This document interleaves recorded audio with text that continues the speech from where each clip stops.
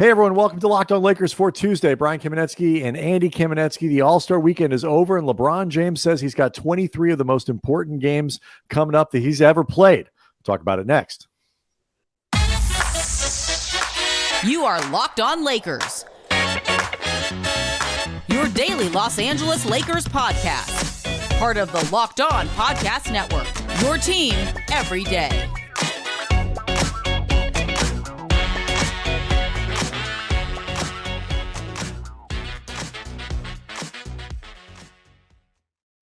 Thanks to everybody for making Locked On Lakers first listen of every day, Monday through Friday, no matter how or where you get your podcasts. Always free, never behind a paywall, and Locked On Lakers on YouTube is where you go to see the show, participate in a community of people over 12,000 strong. Subscribers are just lining up for that thing. And part of the reason is because it is just a great place to talk Lakers and vent frustration and talk strategy and starting lineups and all that good stuff. So we appreciate everybody's support for the channel there.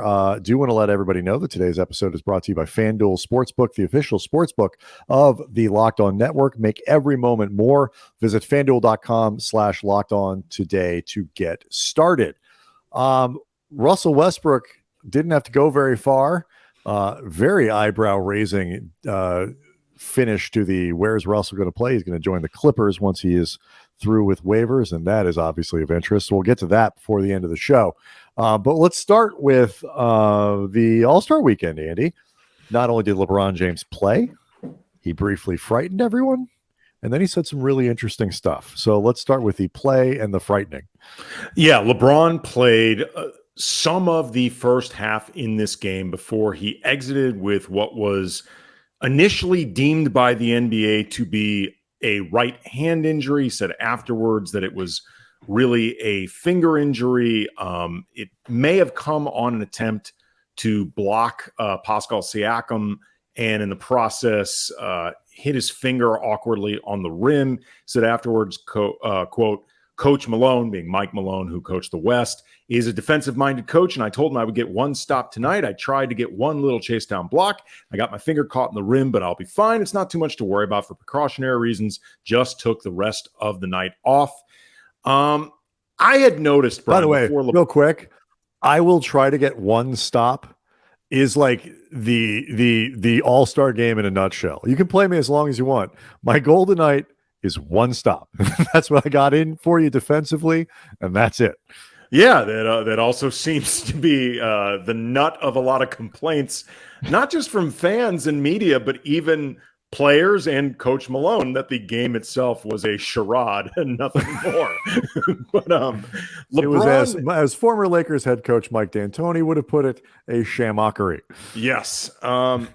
LeBron was honored at halftime for becoming the all-time leading scorer in the NBA. He was introduced by Dwayne Wade, and then he came out and gave Dwayne Wade a very hearty handshake with that same right hand.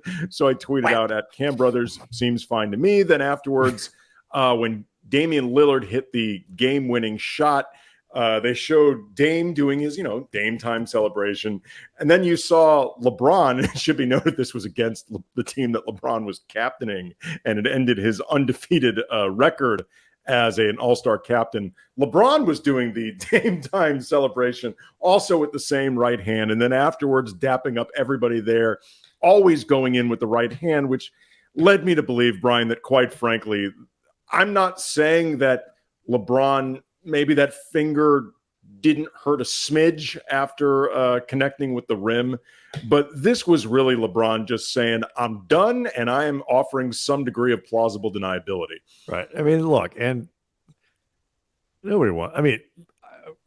Laker fan, I'll put it this way, wants to see LeBron play even a second more in this game than is required. Many Lakers fans didn't want to play at all, and many Lakers fans, quite frankly, were really angry going into the game that he even played the game before. They only thought he tried to play the game before because he wanted to play in the All-Star game. Newsflash, folks, LeBron was going to be in Salt Lake City this weekend regardless. Look, you can get hurt doing anything.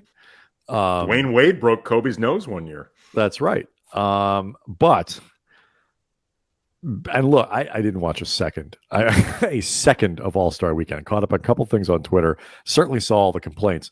I did see that I believe the score was 99 points to something at halftime. So it was not a lot of defense was being played from effort. LeBron. He put in the defensive effort. It's not his fault. He gave you one. He was willing to get hurt for the sake of All-Star defense. He was really willing to get hurt for the sake of doing something cool. So I think he handled that part of it fine. You liked his, before we get to what he said in terms of looking forward to the rest of the season, which is really important. You actually got a kick out of how he chose the teams. The NBA got most of the way there, where they did the team picking before the game, which is cool. But they kind of they kind of still shied away from having somebody like be the obvious last pick in a way that like could hurt somebody's feelings. They outsmarted themselves, in all honesty, because first of all, I just to wrap up the whole LeBron injured finger thing, plausible deniability. Don't scare fans. Like, don't scare Laker fans over this. Like, just list this thing as DNP. I'm old. It's an all-star game. I gave you all 2 dunks. I'm done. Like, just list it as that. My 53rd appearance in this game. You could even say, I don't owe you bleep heads anymore. Like that. DNP, you got what you got. Just DNP. Shut up. No. Yeah. No. Like, fine. Not doing it. Because the plausible deniability I saw on Twitter, like, it freaked people out. Don't do that.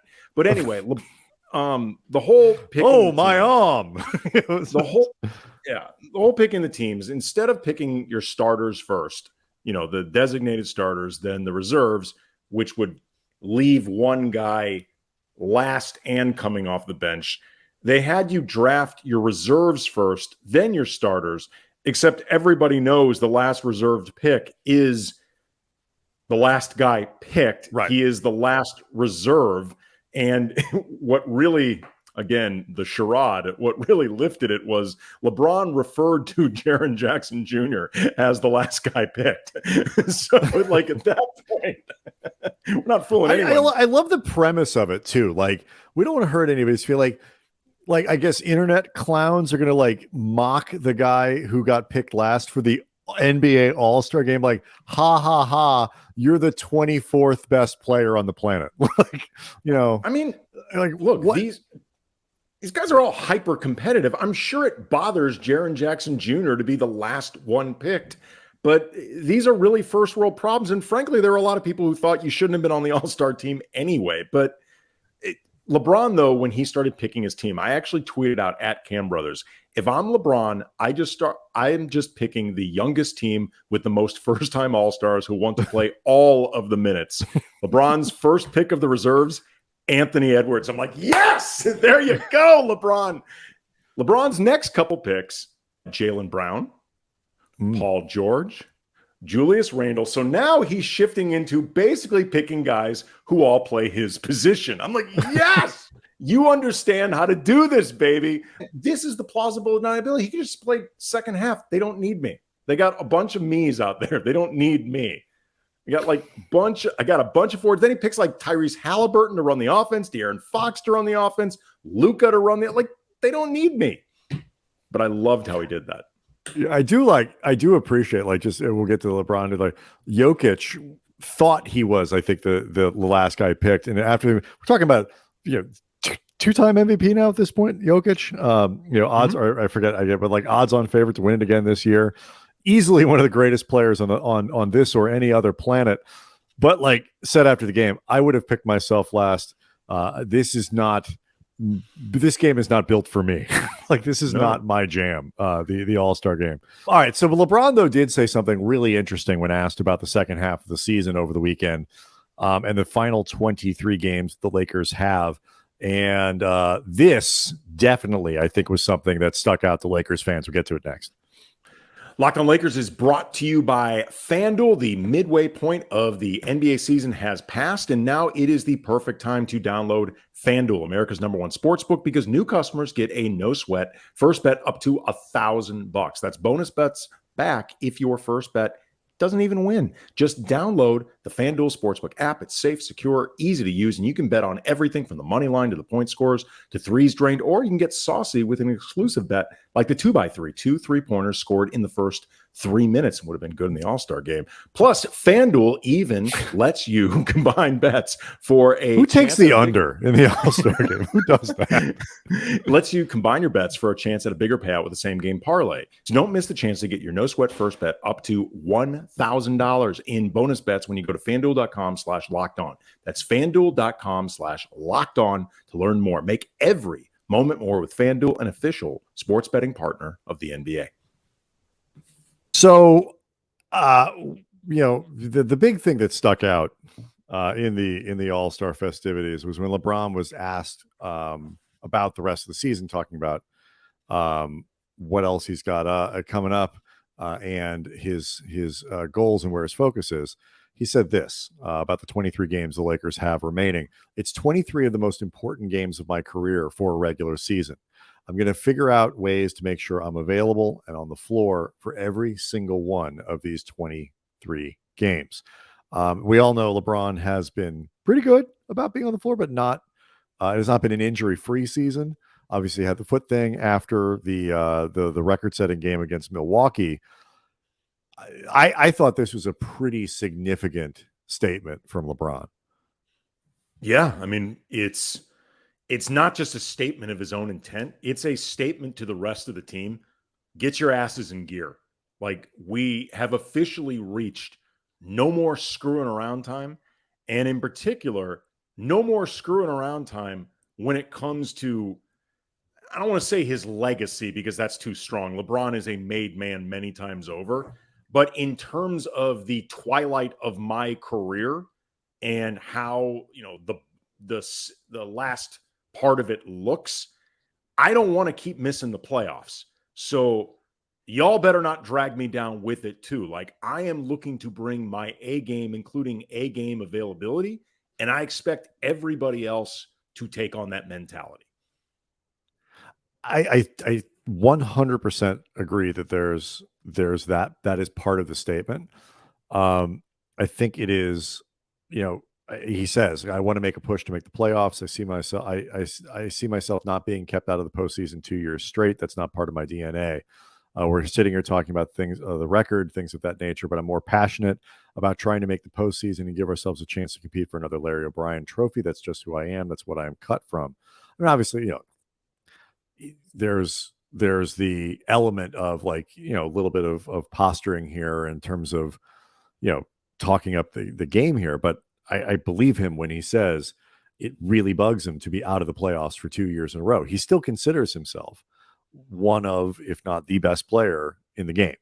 And when you are that guy, at least traditionally, you are in the playoffs. How that works in today's game, I think, is a little bit different than it was 20 years ago, but that's still basically the baseline that people work with, and I don't disagree with him. But I will say this. I think it's interesting, too, that he focused not on his level of play, not on I'm going to, really crank it up. People talk about playoff LeBron. You're going to see 23 games of playoff. He talked about availability.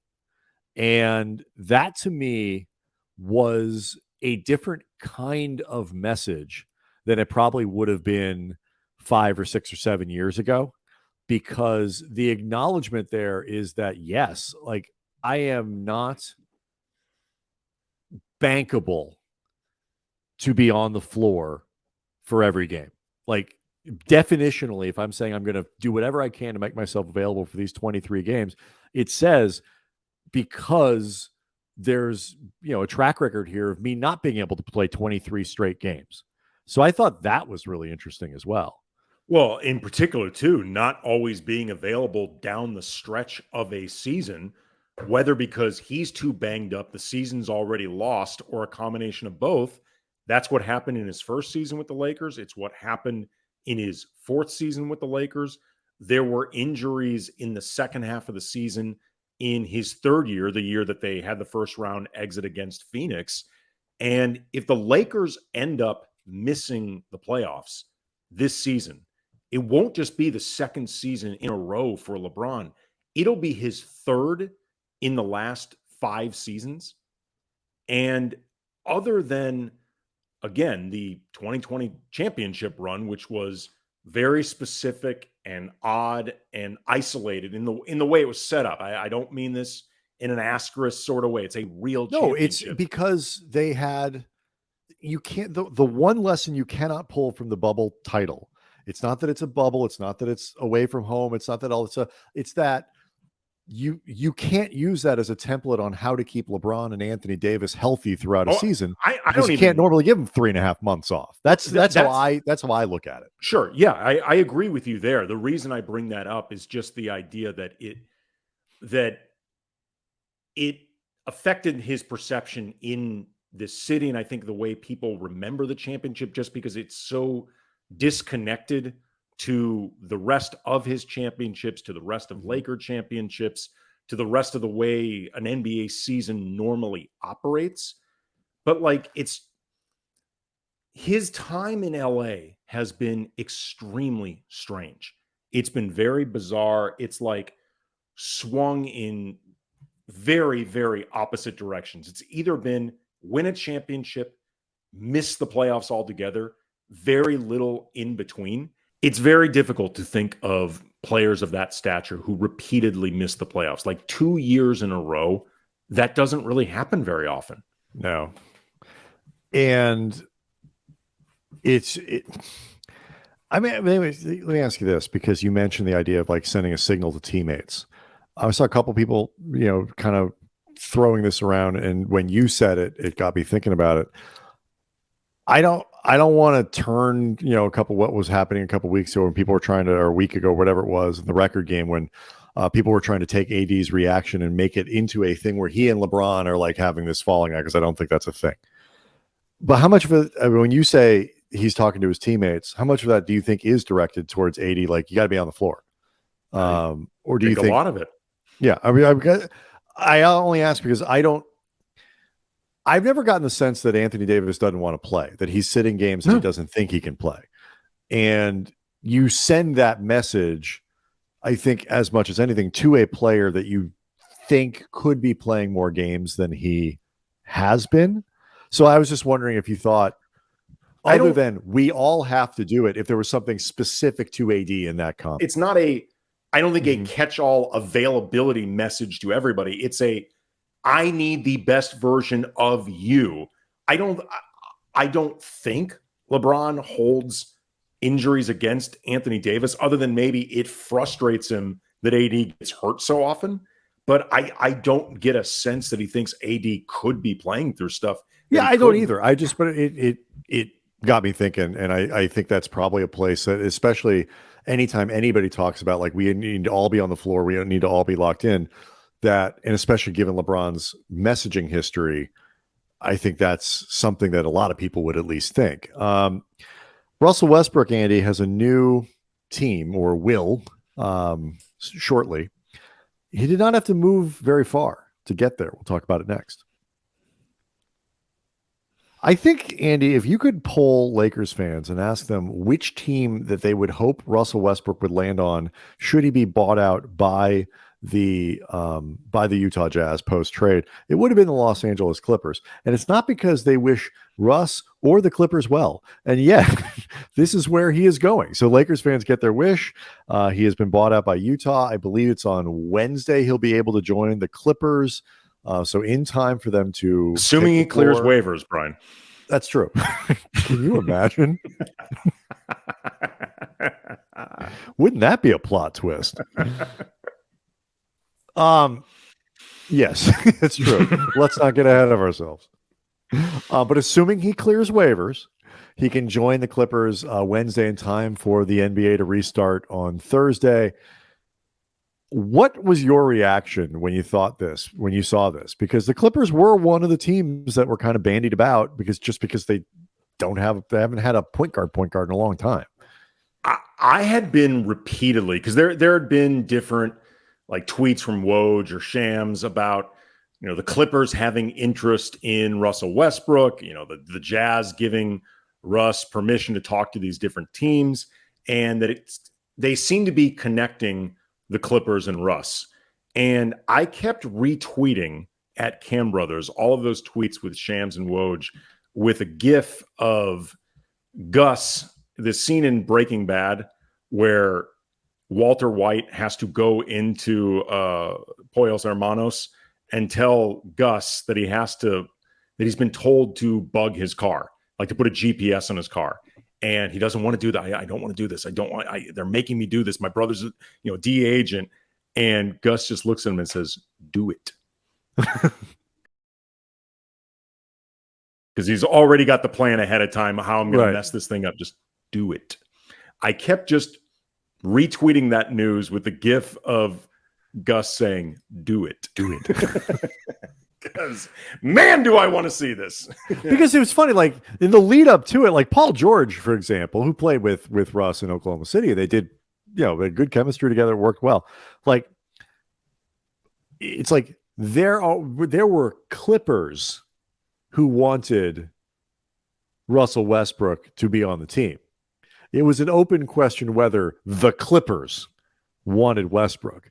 And what's funny about it is, like, you can think of 1,000 reasons why it won't work. But if you're going to pick a team, especially in the West, where it could, in theory, the Clippers are not a bad option for that. I don't think. Here's the thing about Russ and the Clippers. There are on paper reasons why this could, if nothing else, work better than it did with the Lakers. Like, first, as you mentioned, they clearly they have convinced themselves over the last few years that they need a point guard. They've used Paul George as a point forward, and I think he's done fairly well with it. They've used Terrence Mann as a quasi point guard, sort of a shorter point forward. He's done okay with it. They brought in Eric Gordon, who can be a secondary playmaker. Like, Kawhi Leonard can run sets. They've got guys who can do the task, but they don't have anybody who is a true point guard. It wasn't working with Reggie Jackson. It certainly wasn't working with John Wall. This is something that you've heard about the Clippers wanting for the last few years. Russell Westbrook is a legit point guard. Like, he is. With all of the issues that come with Russ, and we're going to get into, the downsides, all of that stuff, you don't end up 10th on the all-time assist list without being a true point guard. Like, he is. The Clippers also, too, offer a lot more spacing than the Lakers did. Like, Paul George and Kawhi Leonard, the two leading scorers on this team, the two best players on this team, they are better outside shooters than certainly Anthony Davis, but I would even say LeBron, or at the very least, you can have them spread out more without necessarily messing up your offense in the same way LeBron being the guy spacing the floor is not what you want. I also think the two of them also, I think, when they're taking threes, there's less of a settling element than what often goes on with LeBron taking threes. So Russ is going to have more space to operate on this team. And the best just so people are aware, Norman Powell's a 42% free throw shooter. Terrence Mann's 40%, basically. George is 38. Marcus Morris is 38. Kawhi is 38. Batum is 38. Eric Gordon is 38. That's a lot of spacing. I also think, too, not that I think Russ was being brought in to be the galvanizing leader of this team, but it is a bit easier for him to be an alpha dog personality on this team, given Kawhi Leonard's nature, given Paul George's nature, than the Lakers with LeBron. It just is. Like, those guys are much more type B personalities with type A talent than LeBron, who is the ultimate rightly alpha male. What I think is, I saw, I don't, just because I think there's a giant chunk of this that is literally true and misses the point entirely. I saw somebody we follow on Twitter and I love their stuff.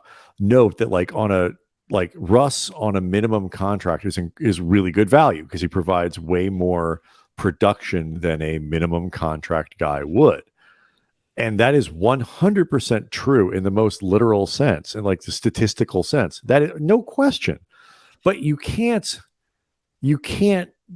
talk about Russ in that context as just an average minimum guy, as if his like name was Wes Russell instead of Russell Westbrook or something, like some guy that you just like some guy.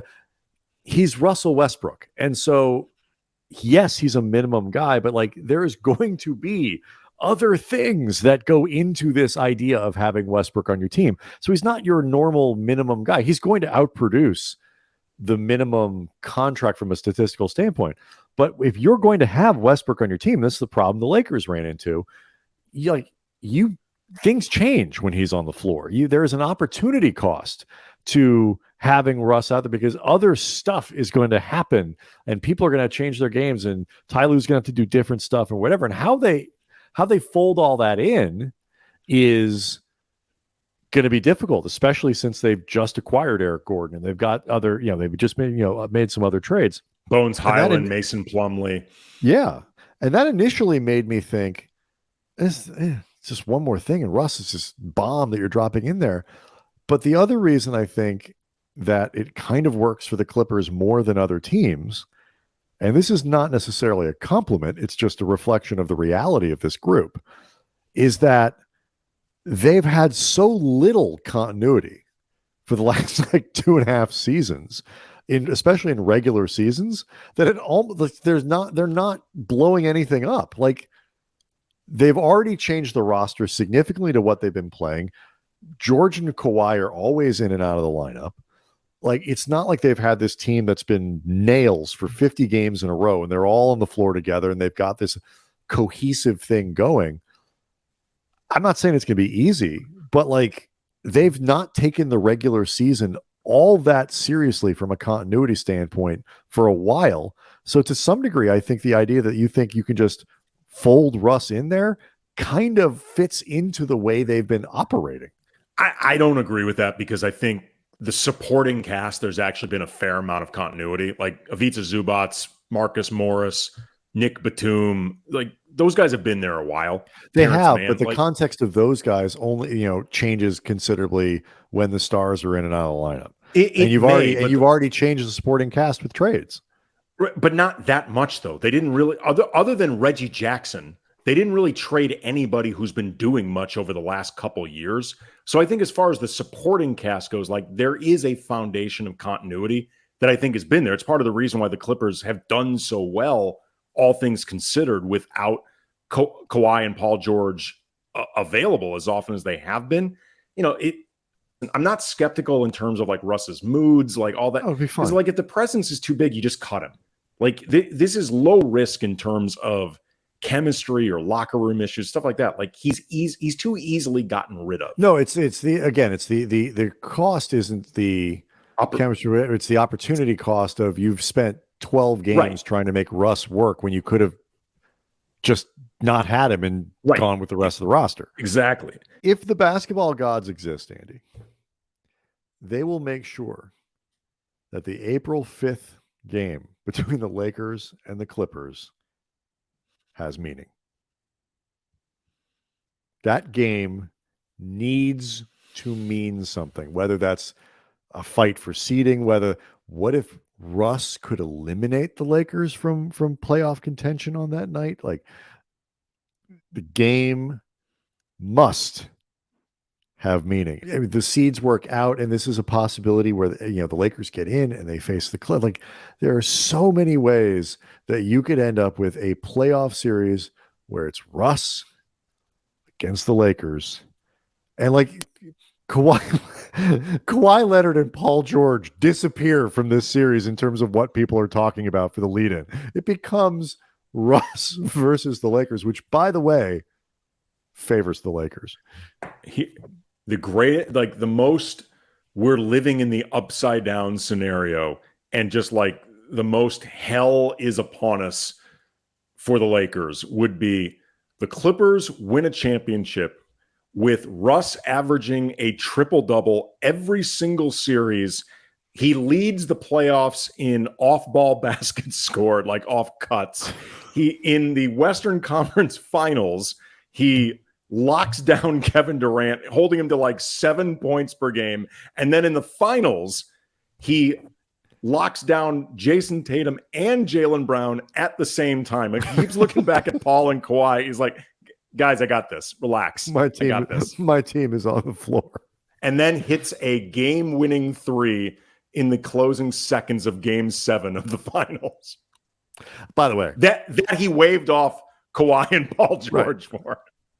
there is not a Clipper fan on the planet who believes any of those things are going to happen. No. They are terrified. Again. Clippers fan, I don't care how, I don't care what kind of front you're putting up in terms of all of you are terrified. All of you. Well, as well you should be.